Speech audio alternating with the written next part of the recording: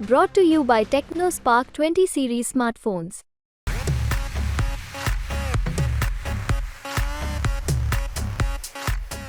નમસ્કાર મિત્રો, શું રાજકોટ લોકસભા બેઠક પર રાજકોટ લોકસભા બેઠક પર ક્ષત્રિય સમાજ કિંગ મેકર સાબિત થઈ શકે છે? શું રાજકોટ લોકસભા બેઠક પર ક્ષત્રિય સમાજનું આંદોલન પરસોત્તમ રૂપાલાને હરાવી શકે છે? શું ક્ષત્રિય સમાજ સાથે અન્ય સમાજ મળે અને એક આખું સમીકરણ સેટ થાય તો શું ભારતીય જનતા પાર્ટીને લીડ તો દૂરની વાત રહી પરંતુ જીતવામાં પણ ફાફા પડી શકે છે? શું રાજકોટ લોકસભા બેઠકમાં કોંગ્રેસ પ્લસ આમ આદમી પાર્ટી પ્લસ ક્ષત્રિય સમાજ જો જોવા મળે છે તો ભારતીય જનતા પાર્ટીને જીતતા શ્વાસ ચડી શકે છે? આ તમામ સવાલો છે. જ્ઞાતિગત ગણિત શું કહે છે? શા માટે પરેશ ધાનાણીને ઉતારવામાં આવ્યા? શા માટે આ પહેલા કોળી ઉમેદવારની ચર્ચા હતી? અત્યારના સમીકરણો શું છે? અને ક્ષત્રિય સમાજ શું બાજી પલટી શકે છે? આ તમામ મુદ્દા પર વાત આજના વિડીયોમાં. રાજકોટ લોકસભા બેઠક સૌરાષ્ટ્રનું કેન્દ્ર અને તેની અસર સમગ્ર સૌરાષ્ટ્રમાં પડે. રાજકોટ લોકસભા બેઠક હોય કે પછી રાજકોટમાં આવતી વિધાનસભા બેઠક હોય, ભારતીય જનતા પાર્ટીનું ધ્યાન સૌથી વધુ મિત્રો ત્યાં રહે છે. આ રાજકોટમાં જ જે લોકસભા ચૂંટણી આવી છે અને આ લોકસભા ચૂંટણીમાં ભારતીય જનતા પાર્ટીએ પહેલેથી જ નમતું ન જોખતા પોતાના સૌથી મોટા નેતા એટલે કે કડવા પાટીદારના સૌથી મોટા નેતા પરસોત્તમ રૂપાલાને મેદાને ઉતાર્યા છે. રાજકોટ લોકસભા બેઠક પર પરસોત્તમ રૂપાલાને મેદાને ઉતારતા પહેલા ભારતીય જનતા પાર્ટીને ક્યાં ખબર હતી કે આટલો મોટો વિવાદ થવાનો છે? પરસોત્તમ રૂપાલા ક્ષત્રિય સમાજને લઈ બોલવાના છે અને ક્ષત્રિય સમાજ રસ્તા પર આવવાનો છે. ભારતીય જનતા પાર્ટી પરસોત્તમ રૂપાલાને ઉતારી દે છે, પરંતુ પરસોત્તમ રૂપાલા રોટી બેટીના વ્યવહાર પર બોલે છે, રાજાઓ નમ્યા તેના પર બોલે છે અને ક્ષત્રિય સમાજ રસ્તા પર આવે છે. રાજકોટમાં મહાસંમેલન યોજે છે અને આ સંમેલને ભારતીય જનતા પાર્ટીની નીંદ ઉડાવી દીધી હતી. કેટલાય સમાચારો પણ ત્યારબાદ પ્રસ્તુત થયા કે ભાઈ પરસોત્તમ રૂપાલાએ પોતે જ કહ્યું છે મિત્રો કે મારે નથી લડવું, અન્ય કોઈને ટિકિટ આપી દો. એટલે કે મોહન કુંડારિયાને જે ડમી ફોર્મ ભર્યું છે તેમને મેદાને ઉતારી દો, મારે નથી લડવું, હું કંટાળી ગયો છું. તેવા પણ સમાચાર સામે આવ્યા. પરંતુ મુખ્ય વાત એ છે મિત્રો કે ક્ષત્રિય સમાજ શું કરે? ક્ષત્રિય સમાજ પરેશ ધાનાણીને વધાવી રહ્યો છે. ક્ષત્રાણીઓ પરેશ ધાનાણીને જોઈ એક આશા બાંધીને બેસી છે. આ એ જ વ્યક્તિ છે કે જે રૂપાલાને હરાવી શકે છે.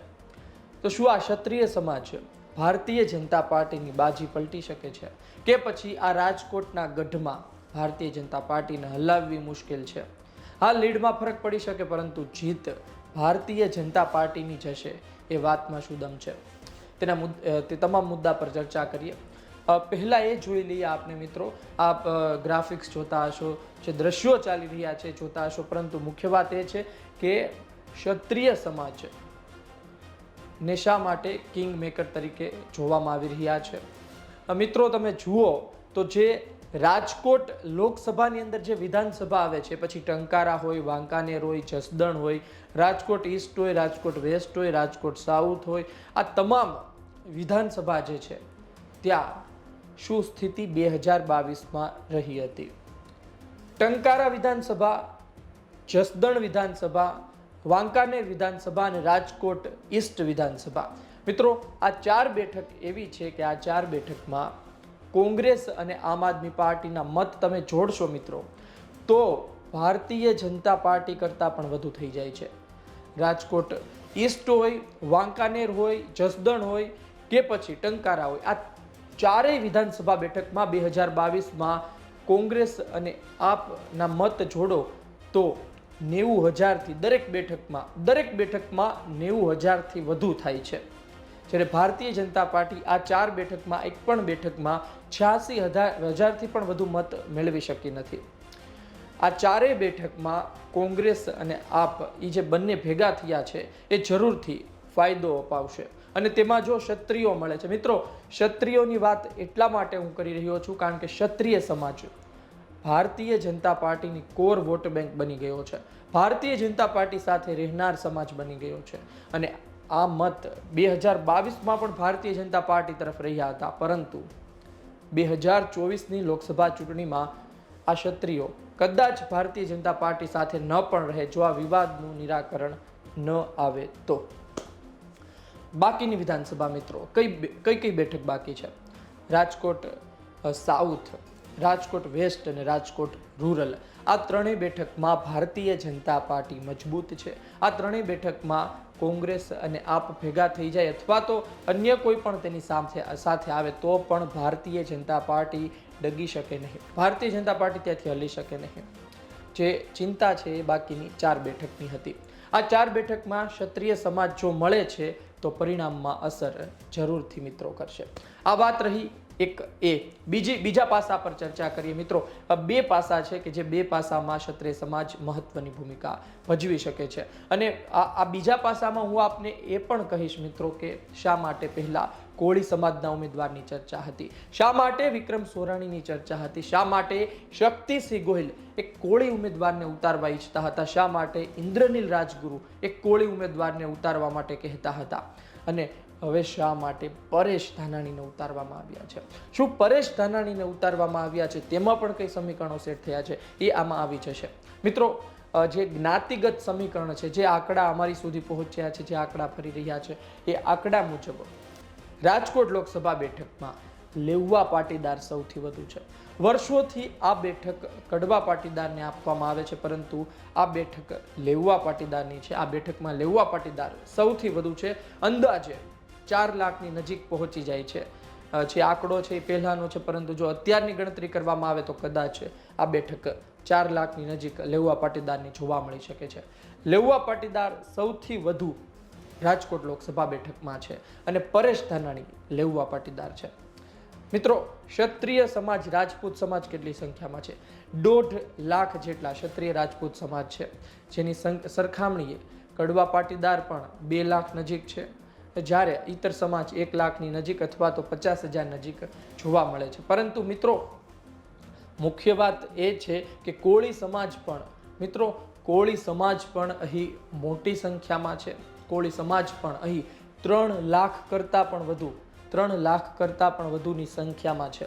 તો કોળી સમાજને આપવાની વાત જે ચાલી રહી હતી વિક્રમ સોરાણીને, તેનું મુખ્ય બાબત એ હતી કે એક તો સમગ્ર રાજકોટ લોકસભા બેઠકમાં 3 લાખથી પણ વધુનું મતદાન છે. લેઉવા પાટીદારની નજીક ચાલે છે કોળી સમાજ. અને મુખ્ય વાત એ છે મિત્રો કે જસદણમાં કોળી સમાજનું વર્ચસ્વ છે. બીજી બેઠકની વાત કરીએ આપણે તો વાંકાનેર બેઠક, ત્યાં પણ કોળી સમાજનું વર્ચસ્વ છે. એટલે કે આ બંને બેઠકમાં મોટી સંખ્યામાં કોળી સમાજના લોકો રહે છે. આ સહિત બીજી વિધાનસભામાં પણ રહે જ છે. એટલે કોળી ઉમેદવારને મૂકવાની ચર્ચા હતી, પરંતુ રૂપાલા સામે સોરાણી ન ચાલે, રૂપાલા સામે ધાનાણી ચાલે. 2002માં પરેશ ધાનાણી પરસોત્તમ રૂપાલાને હરાવી ગયા હતા. કદાચ પરસોત્તમ રૂપાલા અંદરથી મલકાતા હશે કે રાજકોટ આવવા દો ધાનાણીને, આ વખતે બદલો લઈ લેશું. એટલે કદાચ 2002નો બદલો જે પરસોત્તમ રૂપાલાને લેવાનો છે એ આ વખતે હરાવીને, પરેશ ધાનાણીને હરાવીને પરસોત્તમ રૂપાલા લઈ પણ લે, કારણ કે ભાજપ મિત્રો આજે પણ મજબૂત છે. હવે પરેશ ધાનાણી તરફ જો લેઉવા પાટીદાર રહે છે, આમ તો 99% વાત શક્ય ના બની શકે, કારણ કે લેઉવા પાટીદાર ભારતીય જનતા પાર્ટીની મજબૂત વોટ બેંક રહી છે અને તે હલ્લે તેવું લાગતું નથી. આમ છતાં પણ લેઉવા પાટીદાર વિચારે છે કે આ બેઠક એક વખત ભારતીય જનતા પાર્ટીને હરાવીએ તો તેને ખબર પડે કે આ બેઠક લેઉવા પાટીદારની છે, અને ત્યારબાદ લેઉવા પાટીદારને મળવા લાગે તેવું વિચારે તો પરેશ ધાનાણી જીતી શકે છે.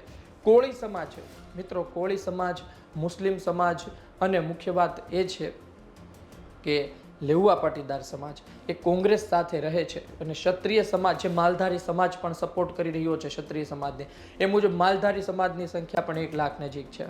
માલધારી સમાજ, રબારી સમાજ એટલે કે ભરવાડ રબારી સમાજ, આ તમામ પાસા ભેગા થાય છે તો ભારતીય જનતા પાર્ટી રાજકોટ લોકસભા બેઠકમાં લીડ તો દૂરની વાત રહી, પરંતુ જીતતા પણ હાફી શકે છે. આ તમામ સમીકરણો હતા, મેં આપની વચ્ચે ચર્ચા કરી. શા માટે પરેશ ધાનાણીની પસંદગી, શા માટે વિક્રમ સોરાણી કોળી ચહેરાની ચર્ચા હતી, શા માટે ક્ષત્રિય સમાજ કિંગ મેકર સાબિત થઈ શકે છે, મુખ્ય વાત એ છે જ્ઞાતિગત સમીકરણો શું હતા એ અમે આપને કહ્યા. મુખ્ય વાત એ પણ છે મિત્રો કે વિધાનસભાની સ્થિતિ શું છે. આપનું શું કહેવું છે કે કોંગ્રેસ, આમ આદમી પાર્ટી અને ક્ષત્રિય સમાજ ને ક્ષત્રિય સમાજની સાથે સમર્થન કરતા સમાજ જો એકજૂટ થાય છે તો ભારતીય જનતા પાર્ટીને હરાવી શકાય છે? શું લેઉવા પટેલ અને ક્ષત્રિયની જે કોમ્બિનેશન જોવા મળશે તો શું રાજકોટ લોકસભા બેઠક પર ભારતીય જનતા પાર્ટી લીડ તો દૂરની વાત રહી પરંતુ જીતી પણ નહીં શકે?